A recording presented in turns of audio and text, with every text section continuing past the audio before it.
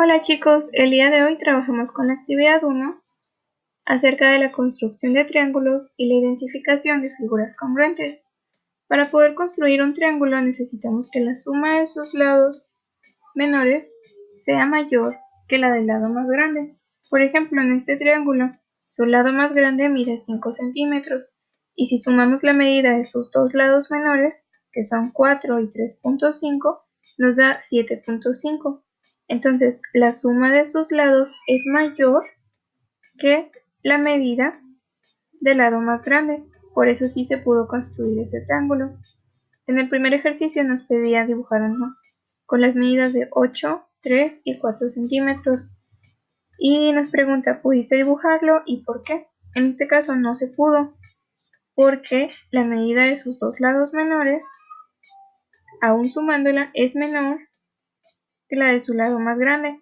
Si sumamos 4 más 3 es 7 y su lado más grande mide 8. Entonces no podemos cerrar el triángulo.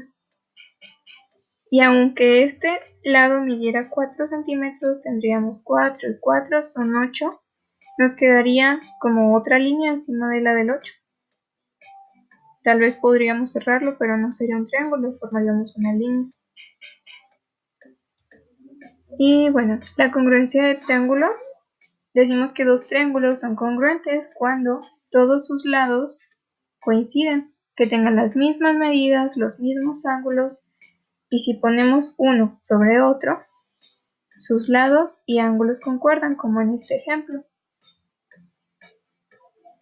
El ejercicio 2 nos pedía dibujar dos triángulos con las medidas de 6, 5.5 y 4 centímetros.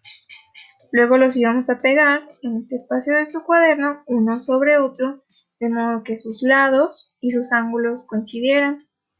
Y aquí podemos ver un ejemplo de triángulos congruentes. Tienen las mismas medidas de sus lados y las mismas medidas de sus ángulos. Por lo tanto, si ponemos uno sobre otro, nos daremos cuenta que se trata del mismo triángulo. Entonces, cuando tengamos dos triángulos congruentes, significa que van a ser iguales, tienen las mismas medidas de sus lados y de sus ángulos.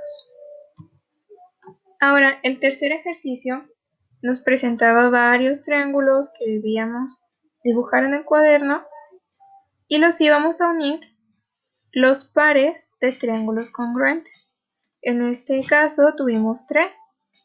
El triángulo cuyas medidas eran 2.5, 2.5 y 2.3 centímetros era congruente a este otro, que tiene las mismas medidas y la misma forma. Luego tenemos otro ejemplo. El triángulo de 2.5, 2.5 y 2 centímetros es congruente con este otro que tiene las mismas medidas. Y por último, un tercer ejemplo del triángulo de 2.4, 2.4 y 3.5 centímetros. En este ejemplo los tenemos volteados. La posición de la figura es diferente, sin embargo, las medidas son iguales y tenemos triángulos congruentes.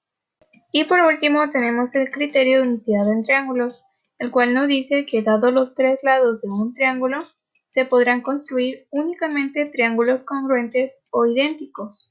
Y esto quedó demostrado con los ejemplos anteriores. Estos triángulos tenían las mismas medidas y por lo tanto se iba a construir el mismo triángulo, es decir, triángulos congruentes.